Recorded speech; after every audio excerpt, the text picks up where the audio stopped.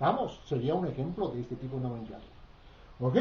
Entonces, esto es lo que conlleva la nomenclatura inorgánica. Pues entonces vamos a empezar primero definiendo lo que es esta partícula que vemos acá, el estado de oxidación de los elementos, puesto que en todo el sistema de nomenclatura, tanto para lo primero como para lo segundo, vamos a necesitar de este concepto que vemos aquí, el estado de oxidación de los elementos. ¿Ok? Estado de oxidación de los elementos. Vamos a ver aquí, decimos entonces lo siguiente. Algunos libros de texto también se lo llama estados o números de oxidación de los elementos.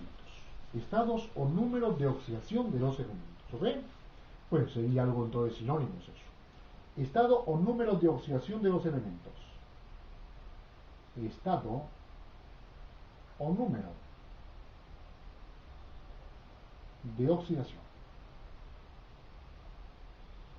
¿Ok?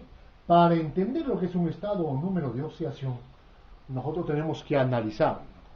Tenemos que analizar lo que se llama el compuesto. Porque este compuesto tendría que ser un compuesto dado por iones. Un compuesto dado por iones. Para entender bien lo que es estado o número de oxidación de los elementos químicos en un compuesto. Por ejemplo, en el clásico agua, el hidrógeno está actuando con la carga o el estado de oxidación más 1 y el oxígeno con el estado de oxidación más 2. Pero ¿por qué no puse para el hidrógeno más 2 y para esto más 4 o menos 4? ¿Qué es lo que me da?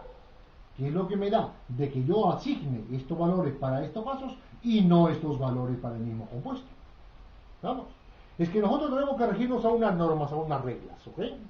Y esas reglas las tenemos que respetar, lógicamente, para poder llegar a buen puerto, ¿ok? Reglas para el cálculo del estado de oxidación. Reglas. Y la primera de las reglas es la siguiente. La primera de las reglas. Dice, por ejemplo, para una sustancia simple. ¿Sí? ¿Qué significa sustancia simple? Sustancia simple significa aquella sustancia que no está combinada con nada. Pero claro, no está combinada con nada. Entonces, por ejemplo, el oxígeno más que se combina con el mismo. 2 átomos en una molécula. Tenemos, por ejemplo, el ozono, 3 átomos en una molécula. Vamos. Tenemos, por ejemplo, el fósforo P4, 4 átomos en una molécula. Etc. Lo más clásico sería entonces el fósforo, el azufre, S6 o el SN en general. Son moléculas formadas por un solo elemento, sustancias simples. Para estos casos, el estado de oxidación de los elementos tiene que ser igual a 0. El estado de oxidación es 0. ¿Claro? La tenemos por aquí. Entonces, cada vez que yo vea una molécula simple como esta, el estado de oxidación del elemento es 0. 0, 0, 0. De esa manera. Que la podemos poner o no también. Eso ya se sobreentiende. Pues bien, la tenemos eso. Ahora digo yo. Veo aquí de que tengo oxígeno y ozono. Y esto es gas y esto es gas. A esta propiedad que tienen algunos elementos, de estar en el mismo estado físico, bajo la presencia de diferentes moléculas, eso es lo que se llama la alotropía, ya que estamos tocando el tema. Alotropía. ¿Qué es la alotropía? El fenómeno por medio del cual una sustancia, estando en el mismo estado físico, en este caso gas-gas, presentan diferentes moléculas. Eso es la alotropía. ¿Está claro? Entonces digo, en este caso el ozono, por ejemplo, y el oxígeno son formas alotrópicas del oxígeno. Lo son formas alotrópicas también, por ejemplo, esto que está aquí. Sólido. Esto es una molécula cerrada y esta es una molécula lineal. Entonces son diferentes formas de moléculas que estando en el sólido presentan alotropía. ¿Está claro? Otras moléculas que presentan el carbono. El carbono, por ejemplo, tienes el diamante y el grafito, ambos son sólidos, pero son diferentes formas estructurales son la forma cristalina. ¿Está claro? Por lo tanto, tienen diferentes propiedades.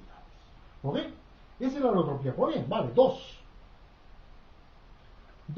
Tenemos, por ejemplo, para los elementos, por ejemplo, del grupo de los alcalinos. Los alcalinos, donde están el hidrógeno, litio, sodio, potasio, rubidio, cesio y francio. Para estos elementos, el estado de oxidación es igual a más 1.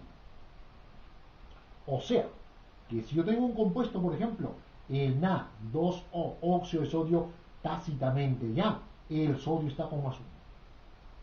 Si yo tengo, por ejemplo, el KNO3 nitrato de potasio, este potasio, por estar inmerso en el grupo de los alcalinos, es más 1. Ya no me preocupo por calcular, claro. Entonces, donde aparece sodio combinado con otro, ahora, si me dicen, por ejemplo, sodio metálico, un bloque de sodio, ¿vamos? Entonces, esto que está aquí, un bloque de sodio, esto que está ahí, sodio 0, porque es un metal puro, no está combinado con nada. ¿Está claro? Esa es la figura. Vale. Seguimos acá. ¿Qué pasaría, por ejemplo, si yo digo para los alcalino-térreos? Alcalino-térreos. 3. Alcalino-térreos. ¿Cuáles son los alcalino-térreos? Los alcalino-térreos tendríamos el grupo 2 de la tabla periódica, que vendría a ser el berilio, magnesio, calcio, estroncio, bario y radio. Para todos estos elementos, el estado de oxidación es igual a más 2. Por lo tanto, si yo tengo, por ejemplo, la piedra caliza, ¿cuánto es el estado de oxidación del calcio? Más 2 a ojo cerrado. Tengo, por ejemplo, la cal viva, óxido de calcio. El estado de oxidación del calcio es más 2. Vamos, o sea que no hay preocupación, no hay complicaciones. Por eso es que colocamos de primera intención esos elementos, puesto que, como no son complicados, la vamos a entender rápidamente. Y dejamos para el final lo que son más complicados. ¿Ok? Para el 4, regla 4. Los elementos del grupo 3. Para el grupo 3. Escandio, itrio, lambda, negatín. Y también para el grupo 13. Boro, aluminio, galio, indio, talio. Para esto que están aquí, los estados de oxidación es igual a más 3. Por lo tanto, si yo tengo, por ejemplo, el H3BO3, el ácido bórico, el boro a ojo cerrado, aquí está con el más 3. ¿Vamos? Está con el más 3. O sea que, para esos elementos, tendríamos entonces aquí que ver, que es lo más fácil, calcular su estado de oxidación. ¿Ok? Muy bien, 4, 5.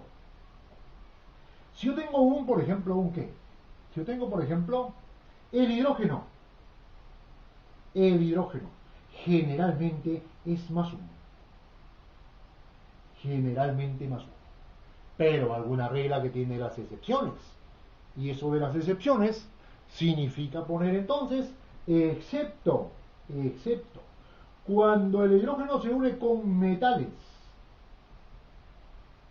Ese hidrógeno actúa con el menos 1. Por lo tanto, diría que en el caso primero, por decir en el agua, en el H2O, el hidrógeno estaría actuando aquí con más 1. ¿Por qué? Porque el oxígeno no es un metal, es un no metal. En el segundo caso, ¿qué pasa, por ejemplo, si lo coloco con el calcio? Calcio H2. El calcio es un metal, el hidrógeno es menos 1. El estado de oxidación del hidrógeno es menos 1. Con metales es menos 1, con no metales y en general va a ser con más 1. ¿Ok? La tenemos aquí. De idéntica manera para el oxígeno. El oxígeno generalmente es menos 2, pero hay excepciones. En los peróxidos,